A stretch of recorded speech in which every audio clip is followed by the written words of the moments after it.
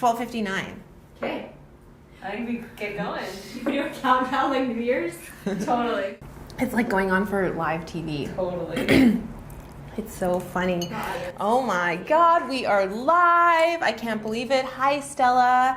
Hi, Amrit Sandhu. Oh my gosh, so good to see you guys. Hello, hello. Okay, so I am doing a live today. It is Friday, 1 o'clock Vancouver time, and I cannot believe it. I am so honored and humbled that we just hit 10,000 subscribers. So thank you so much, you guys. You are honestly the best audience in the world. So I just gotta show you guys this. I am here right now with my team. 1 second. So Adrian here is on the other side. We've got Kristen, Sama in the house, and of course me. And we've got a bottle of champagne and 3 glasses of champagne. So to kick off the live, this is gonna be a Q&A session, but I'm gonna pop this bottle of champagne because I really wanted to celebrate with you guys for hitting 10,000 subscribers. That's just crazy, crazy, crazy. Hello, Montreal. Hello, hello. Yes, you guys are the best. So I have got a couple questions that I have saved from Instagram that I'm going to answer today during the live. I think we're going to go for about 30 minutes here, probably not longer than that. And if you guys have any questions for me, I would love to answer them. And we can talk about school, we can talk about career. What is it really like to be a woman in the construction industry? Thank you, Casey. That is like a really good question. Okay, let me open this bottle of champagne and then I'm gonna get into it. But yeah, we can get personal, we can talk about work, we can talk about anything you guys wanna talk about. I'm just gonna try to answer 10 questions. Okay, you ready for this? I'm nervous that I'm doing this on a live YouTube feed. Okay, pouring champagne. Congratulations to the team. You guys always say how amazing that the media team is and the design team, and I just want to thank you guys for that because my team is honestly the best team in the world. So we're gonna do Hello Egypt. Oh my God, that is so amazing. I think you must be the furthest person so far watching this. Okay, so we're gonna do a quick cheers. Okay. We're gonna get Adrian to take one of these, and then we're gonna get into Q&A. Thank you guys so much for subscribing and for joining. You ready? Yeah. Okay. Cheers. Cheers. Cheers. Congrats, guys. Congrats. And cheers to you guys. Okay, you guys ready for a Q&A?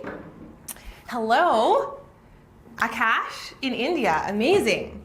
Okay, so the first question that came through from, I believe it was from Casey, who was asking, what is it like to be a woman in the construction industry? That is such a great question because being a woman in the construction industry, I have to deal with men all the time. Obviously, the construction industry, the development industry, real estate, there's tons and tons and tons of men.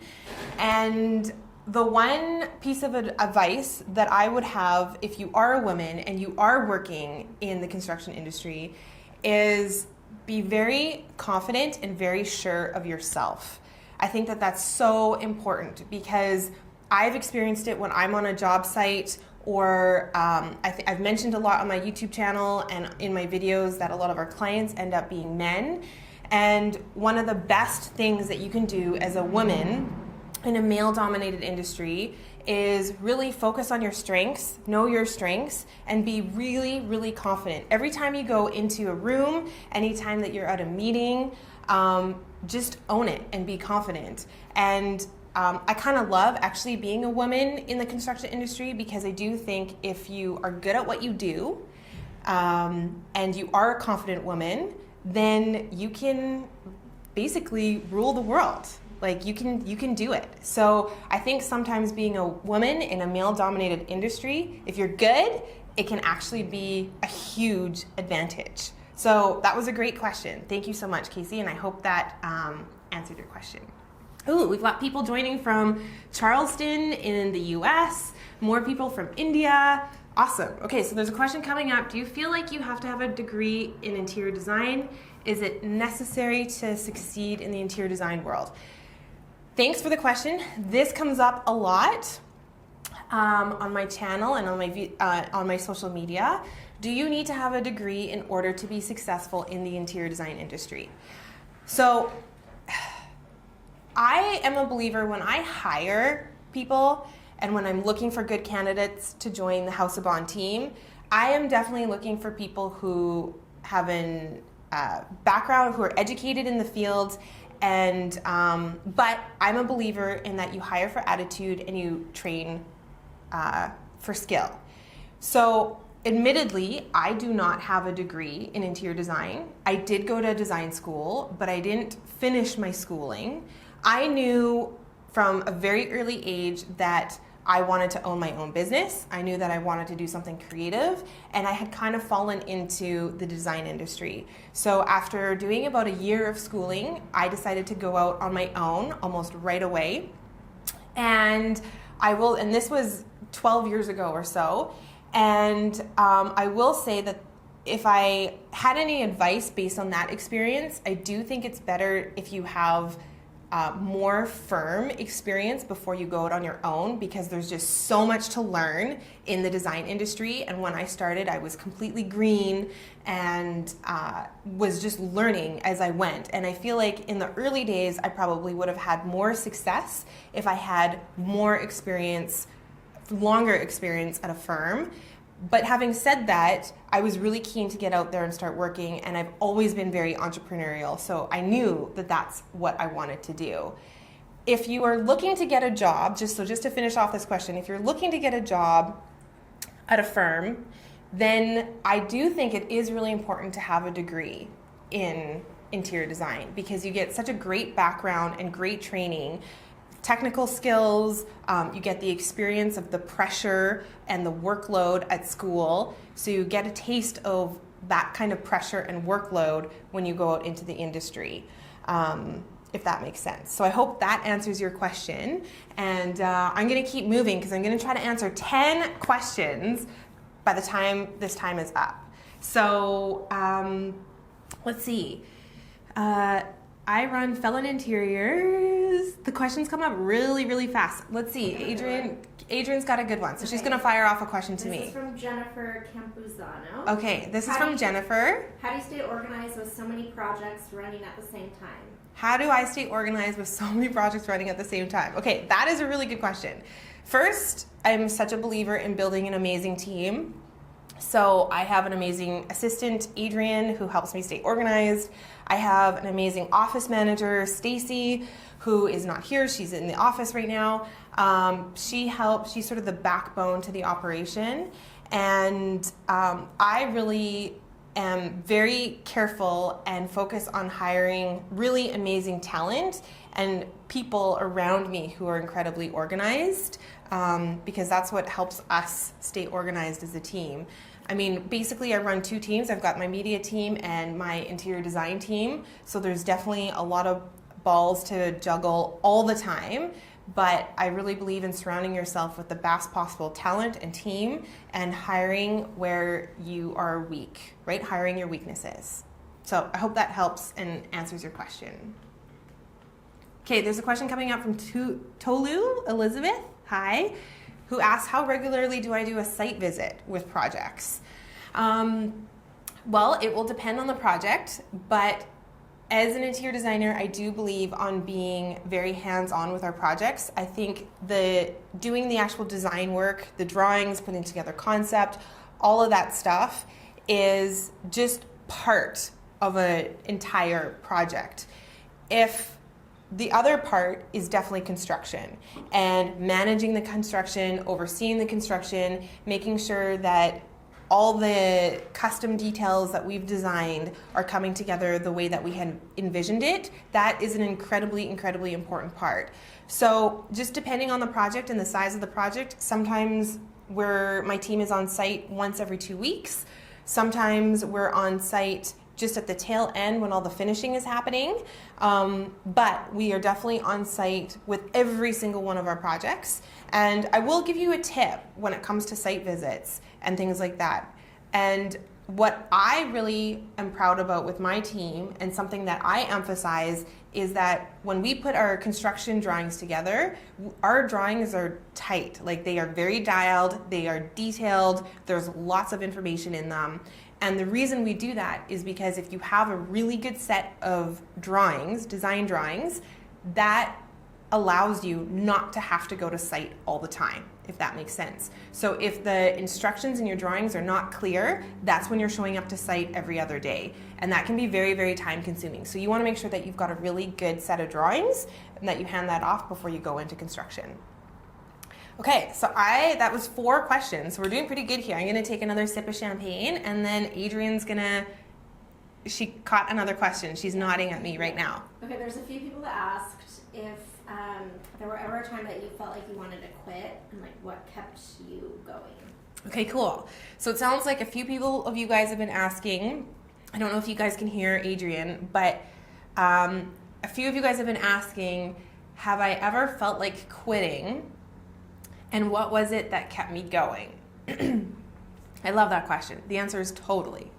I've felt like quitting so many times throughout the last 9 years, which I guess I'll tell you guys, this spring I'm going to be celebrating 9 years in business with House of Bohn, which is very exciting. So I'm going into my 10th year of business this year. It's incredible. I can't believe it's been that long already. And for sure, over the last 9 years, there's been many, many times when I felt like quitting. Entrepreneurship and running a business is very, very difficult. It is hands down the most difficult thing that I've ever done in my life. And now, second to building up my interior design business, now trying to get my media team off the ground and being really active in social media has just added to that. And this is like a brand new challenge. So all of this it doesn't come easy, and it doesn't come without a ton of hard work. Interior design is also a very difficult career. So people don't realize it, but building an interior design business, it's so hard. It's so hard. And if any of you guys are doing this and you're on this journey, I empathize with you. The one thing that has gotten me through the times when I felt like quitting is really just reminding myself to be patient, staying the course, and trying to tap into more of the things that I love to do. So the times that I feel like quitting are usually the times when I'm not getting enough time to be creative, when I'm doing a ton of project management or just running the business, or sometimes if clients aren't going well. So just the magnitude of the stress and the pressure can get really, really high. Those are the times that I feel like quitting the most. But if I can just shift my thinking and shift my perspective and shift what I'm doing during the day and just try to focus on the things that I love doing a lot more, usually that connects me to the reason why I started in the first place, which was to be creative. And as soon as I can get there or closer to that, that kind of shifts everything and puts me in a better spot and a better energy to keep going. It sounds like a lot of people are really interested in, or they're just getting started in interior design. So they're trying to So a lot of you guys are just getting started in interior design. What is the best way to start an interior design business as successful as yours, especially using social media? Okay, I'm going to give you guys a tip here. Because if you're starting your business and you're new, we live in a wonderful world where there is social media. I've talked about this before, where for the first 5 years of my business, I didn't do a single thing on social media. Not a single thing. I had an Instagram account, and I had a Facebook account, but I definitely wasn't doing anything for my business or posting consistently at all. Fast forward 4 years later after that, and for the last few years, I've been doing a lot more on social media, obviously. One thing I think that happens today is because we live in such a social media active world, I think a lot of people who go into business today kind of confuse social media for sales. And social media is not sales. So I just want to put that out there, especially not for a service-based business like ours is, like interior design is. So for client services, unless your clients are hanging out on social media, this is not going to do sales.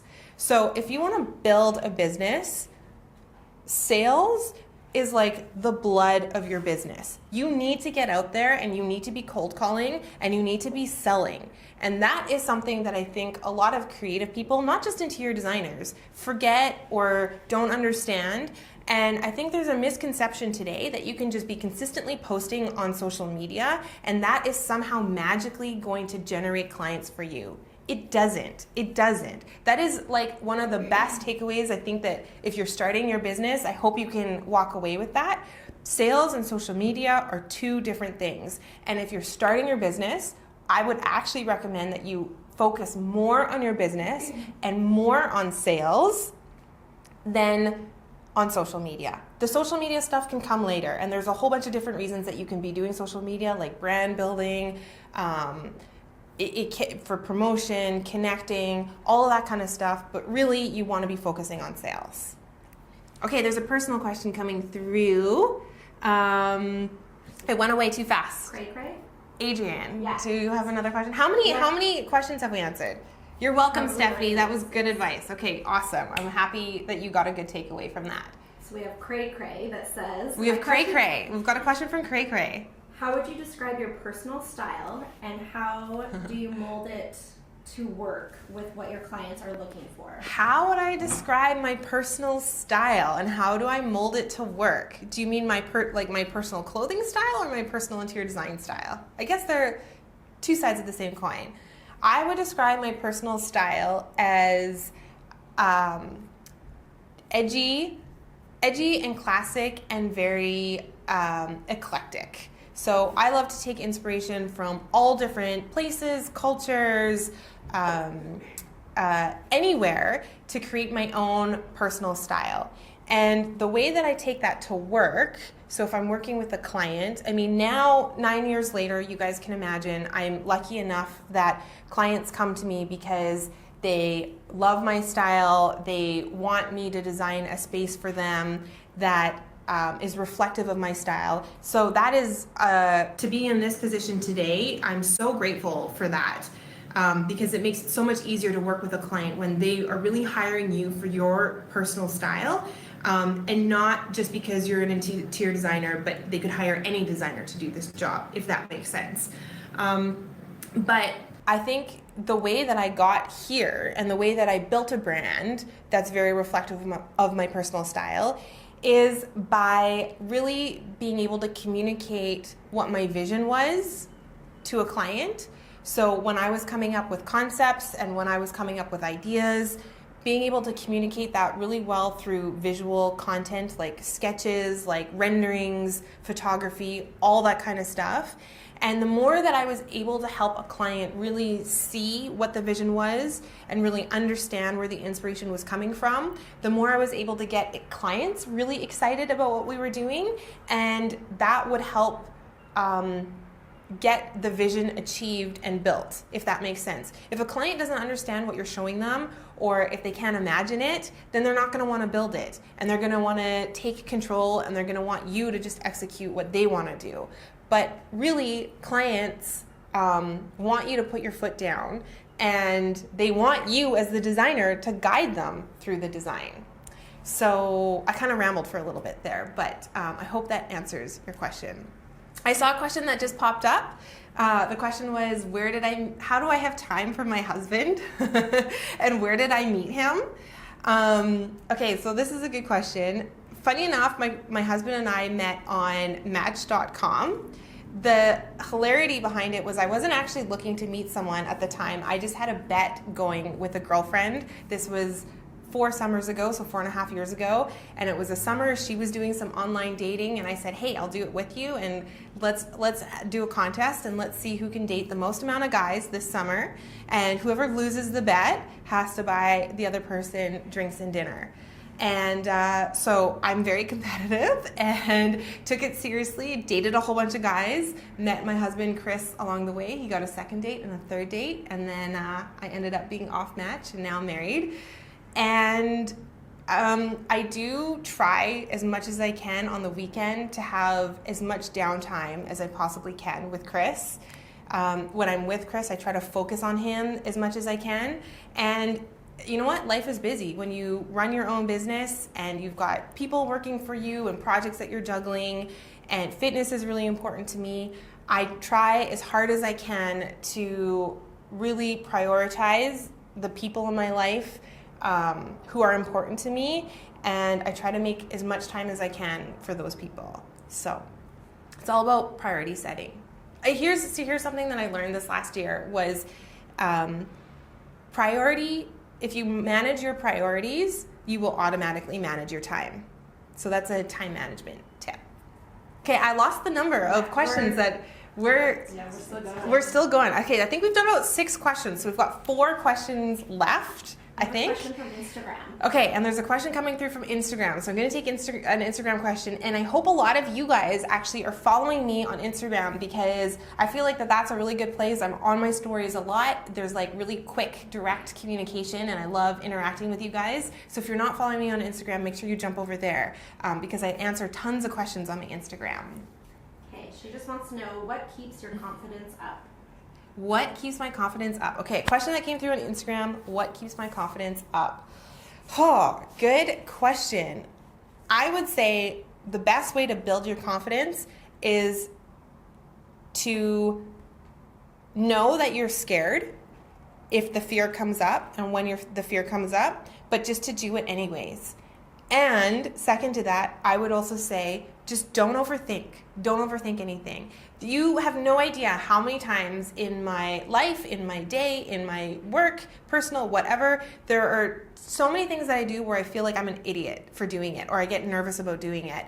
And you just kind of have to push that aside and just do it anyways. And as you start achieving more and more results and things start and you start achieving good results, that is something that will build your confidence. If you stay timid and you don't do the things that you want to do, or you don't want to try new things because it's just too scary, that's the thing that's going to keep your confidence low. So you just have to keep moving, keep trying, keep moving. And from me to you, there are tons of times that I feel like an idiot in my life. So yeah. Here's a good YouTube question. Okay, a good YouTube question is coming through. Thank God Adrian is helping me. How would you sum up your strategy for hitting 10K on YouTube? A good YouTube question. Okay, so this person had asked, how would I sum up my strategy for hitting 10,000 on YouTube? I love that. 10,000 subscribers. Oh my God, I feel like I could ask that question back to you guys. Like, why have you subscribed? I mean, you guys have been so amazing. I love that you're here. I love interacting with you. You literally are like the best audience in the world. And I speak from the heart when I say this, that some days if I'm having a bad day, like even just this last Monday, I had a super tough day.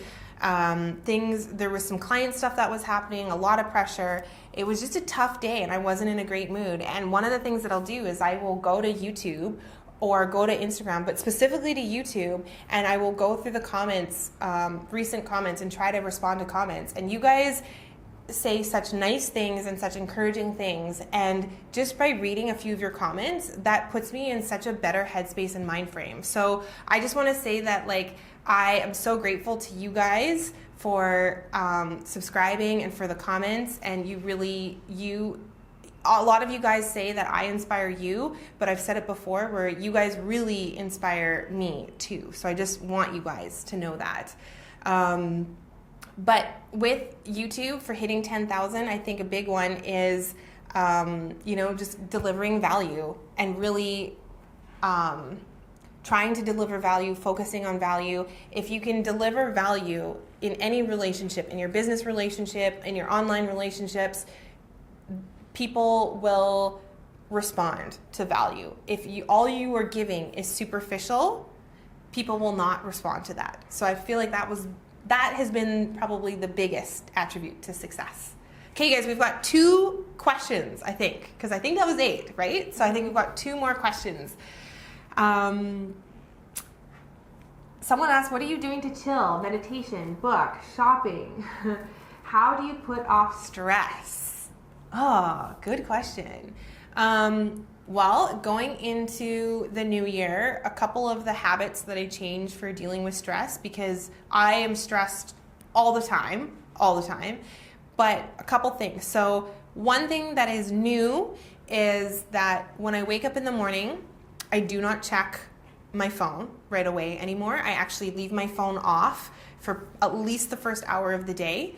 And what that does is that puts me in a headspace where I can become much more intentional about what I want to achieve during the day rather than being very reactive. If I wake up and open my phone and I'm scrolling through social media or see my emails, I instantly go into work mode, like the second my eyes open.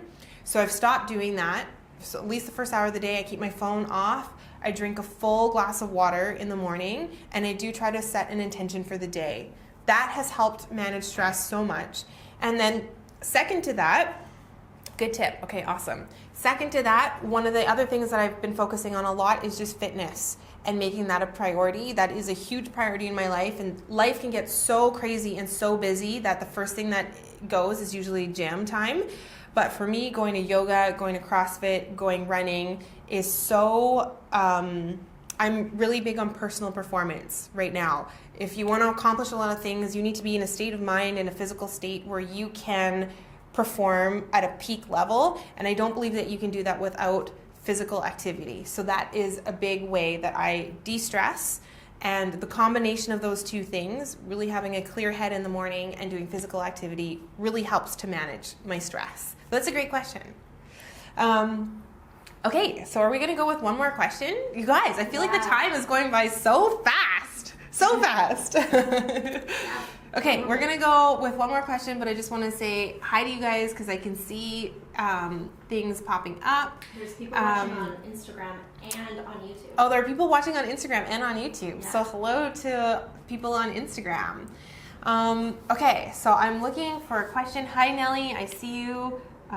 Maya, is that your name? I see you too. M-A-I-A. Hi, Tolu. Selma, nice to see you. Okay, what are your thoughts about the ongoing debate about RIDs and interior designer? Oh, I didn't catch the end of that question. Sure, I have it. They pop up really, really fast. Harish, hello. Hi from Trinidad. Okay, one more question, you guys, that's it. The ongoing debates about registered interior designers. I'm told I am not creative or artistic, but okay, I'm just going to come up with a question. Mm-hmm. Do you want me to read that one? Yeah, if you can read that one. Okay, Adrian's going to read that one. Okay. Hi to Egypt. Hi, Brazil. It's so amazing. Hi to Houston, Texas. Okay, so I'm told I'm not creative or artistic, but I really want to major in product design to change lives. Do you think I should go for it, even if people don't think it's a right fit for me? Here's the question. Okay, I'm going to paraphrase this question because a lot of you guys will ask me, you know, I think I'm getting a little bit older or I'm not creative, but I really want to pursue this passion, all that kind of stuff. Do you think I should just go for it? Am I too old? Am I too young? What should I do? We live in an incredible, incredible time. Hi, Stacy from London. Where I truly, truly believe that if there is something that you want to do in life, you can accomplish it. And take me as an example where I didn't finish my interior design schooling. I knew that I was going to be really good at design. I knew that I was going to be really good at running my own business. And so after my first year of interior design, I basically went out on my own. That's how I did it. And I learned by doing. And I think the amazing thing about this time that we live in right now is that there are so many things that you can learn by doing. And I think that talent and emotional intelligence is so much more important. Street smarts is so much more important than what you could learn in school. I mean, I hate to dissuade anyone from not going to school because I always think an education is a great thing. Hi, Josie from Toronto. But I do think that if you're willing to work really, really hard and you're willing to put in the time and you're willing to be patient with your growth, then you really can accomplish anything. So whatever it is that you want to do, I would just say go after it, try your best. It's going to take time right? Everything takes time. Nothing is an overnight success. There are all the mistakes that you need to make along the way. But if you stay the course and put your head down and keep believing in yourself and keep working hard, you can accomplish whatever it is that you want to accomplish. So I hope I'm leaving with you guys with a really good little Monday or Friday. It's Friday today. Holy smokes. Champagne Friday. Anecdote and a little bit of inspiration. And I just want to say thank you guys so much. I love you guys. You are the best audience in the world. Cheers to hitting 10,000 subscribers with me. Thank you so much. Thank you for joining me on this live. And I'm going to see you guys soon. Bye for now. I love that people are telling us where they're from. I know. We're still on Instagram Live. I'm still on Instagram. Hello, Instagram.